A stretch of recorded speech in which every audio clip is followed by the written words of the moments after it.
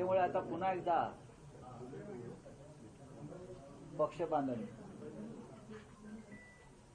कार्यकर्ते, पदाधिकारी यांच्याशी बैठका आणि महानगरपालिका निवडणुका येतील, सरकारच्या मनात आलं असलं, त्यांचा आत्मविश्वास वाढलेला आहे. त्याच्यामुळे ते आता या 14 महानगरपालिकांच्या निवडणुकांचा निर्णय घेतला आहे. त्या संदर्भात पिंपरी चिंचवड असेल, पुणे असेल, कार्यकर्त्यांचं मनोगत जाणून घ्यावं, यासाठी आज दिवसभर आमच्या बैठका आहेत. आणि आम्ही हा जो निकाल आहे विधानसभेचा, त्या निकालावर चिंतन आणि मनन करण्यापेक्षा पुढे जायला पाहिजे. वर्षानुवर्ष आम्ही निवडणुका लढतोय, पण अशा प्रकारच्या निवडणुका 10 वर्षामध्ये ज्या आम्ही पाहतोय, ज्या पद्धतीने निवडणुका लढवल्या जातात, हे गेल्या 70 वर्षात आम्ही कधी पाहिले नाही.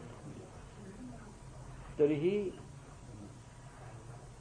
महाराष्ट्रात असेल, देशात असेल, लाखोच्या संख्येने आम्हाला मतदान झालेलं आहे. ज्याने आम्हाला मतदान केलं पण ते मतदान आम्हाला मिळालेलं नाही, असं सुद्धा लोकांच्या शंका आहे. आम्ही तुम्हालाच मतदान केलं आणि म्हणून मग त्या मार्कडवाडीसारख्या ठिकाणी, अनेक ठिकाणी लोकांनी पुन्हा मतदान घ्या अशा प्रकारच्या मागण्या केल्या. या लोकांच्या संतप्त भावना आहेत, त्याचा आम्ही आदर करतो, स्वीकार करतो. आणि आमचं पुढल्या विविध राजकीय पक्ष आहेत, संघटना आहेत, कार्यकर्ते आहेत, त्यांना घेऊन आम्ही पुढे जाऊ. जसं तुम्ही आता महापालिका निवडणुकीचा उल्लेख केला, स्वबळाची तयारी असणार आहे का पुणे, पिंपरी चिंचवड महापालिका? बघा, महाविकास आघाडी ही अद्याप आहे ना. ह्या ज्या चर्चा सध्या सुरू आहेत स्वबळावर लढण्याच्या, त्या आम्ही भारतीय जनता पक्षाबरोबर युतीमध्ये होतो तेव्हाही स्थानिक स्वराज्य संस्था लढताना स्वबळावर लढाव्यात किंवा जिल्हा परिषदा स्वबळावर लढाव्यात अशी कार्यकर्त्यांची मागणी आणि भूमिका कायम असते. कारण खाली स्थानिक स्वराज्य संस्थेमध्ये इच्छुकांची संख्या जास्त असते, लोकसभेला कमी असते, विधानसभेला परत वाढते, मग खाली परत वाढत जाते. लोकसभेला आमच्या निवडणुका ज्या झाल्या त्याच्यामध्ये फार खेचाताणी नव्हती, ती विधानसभेला तुम्हाला दिसते. असं काही जागा ज्या आम्हाला वाटत होतं आम्हाला मिळायला पाहिजे, ज्या आम्ही अधिक चांगल्या प्रकारे लढून जिंकू शकलो असतो, त्या आम्हाला मिळाल्या नाही. राष्ट्रवादीला मिळाल्या नसतील किंवा काँग्रेसची अपेक्षा असेल, पण आम्ही खेड आळंदीची जागा शेवटच्या क्षणी आम्हाला मिळाली आणि आम्ही ती जिंकलो. म्हणजे आमच्या कार्यकर्त्यांना आणि लोकांना पूर्ण खात्री होती की जुन्नरची जागा जर आम्ही लढलो असतो तर आम्ही 100% जिंकलो.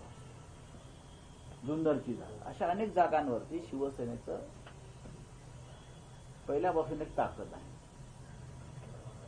राष्ट्रवादी काँग्रेसला वाटत असेल की अमुक अमुक जागा आमच्या वाट्याला आली असती तर आम्ही जिंकलो असतो. पण आता निवडणुकीत जेव्हा आघाडी असते 2 किंवा 3 पक्षाची, तेव्हा हे असं होत असतं. आणि आपल्या देशामध्ये ज्याच्या हातामध्ये ईव्हीएम त्याची लोकशाही, असं समीकरण झालेलं आहे. पण ठीक आहे, यातून मार्ग निघेल, पुढे जाऊ. तुम्ही तर पुण्याच्या जागांचं उदाहरण दिलं. महत्वाचं असतं की पुण्यात साधारण तुमचं निगोसिएशन शरद पवारांच्या राष्ट्रवादीसोबत होतं, तिथे आराखडे बसलेले, त्यामुळे गणित बसण्यात जागा कमी लागतील. नाही, आता त्याच्यावर चर्चा करण्यात अर्थ नाही. पण आम्हाला खेड आळंदीची जागा शेवटच्या दिवशी मिळाली आणि आम्ही ती जिंकलोय सांगतो. हडपसरची मिळाली असती, जिंकली असती. आमच्या कार्यकर्त्यांना तशी खात्री होती. हडपसरची जागा ही राष्ट्रवादी काँग्रेसचे प्रशांत जगताप यांनी फार चांगल्या प्रकारे लढले आणि फार थोड्या मतानं त्यांचा पराभव झाला. हे पण सांगतो की तुम्हाला, आम्ही कुठे कमी पडलोय का किंवा कुठे काय घातपात झालाय का, यासाठी आम्ही तिन्ही पक्षांमध्ये चर्चा सुरू असते. याचा अर्थ कुठेतरी जागा वाटपाचा सुद्धा नाही, आता कुठेतरी याचा परिणाम झाला. बघा, आता निकाल लागलेले आहे. आता निकाल लागलाय हा. बघा, आम्ही या तिघांनी मिळूनच लोकसभा एकत्र लढलो,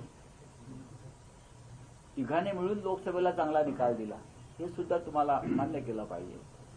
विधानसभेला महाराष्ट्रामध्ये सत्ता येईलच अशा प्रकारचं वातावरण होतं आणि तिन्ही पक्षाला तसा आत्मविश्वास होता.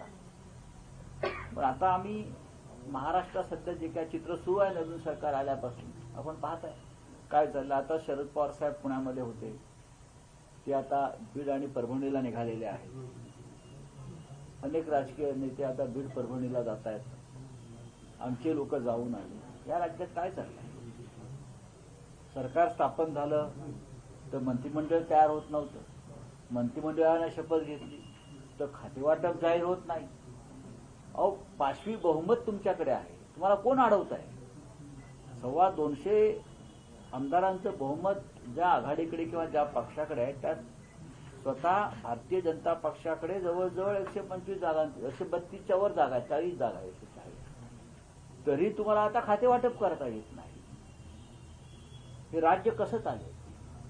या राज्यामध्ये कायदा आणि सुव्यवस्था, ठिकठिकाणी खून, हत्या, दरोडे, बलात्कार होत आहेत आणि सरकार, मुख्यमंत्री, उपमुख्यमंत्र्यांची भाषणं ऐका तुम्ही.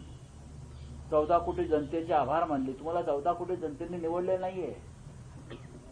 तुम्ही जरा बसा शांतपणे. 14 कोटी जनतेचे आम्ही आभार मानतो आम्हाला सरकार दिल्याबद्दल. बरं का? तसं नाहीये.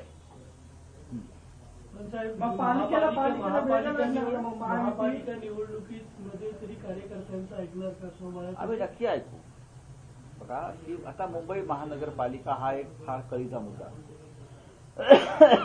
मुंबई महानगरपालिकेमध्ये शिवसेना हा एक महत्वाचा फॅक्टर आहे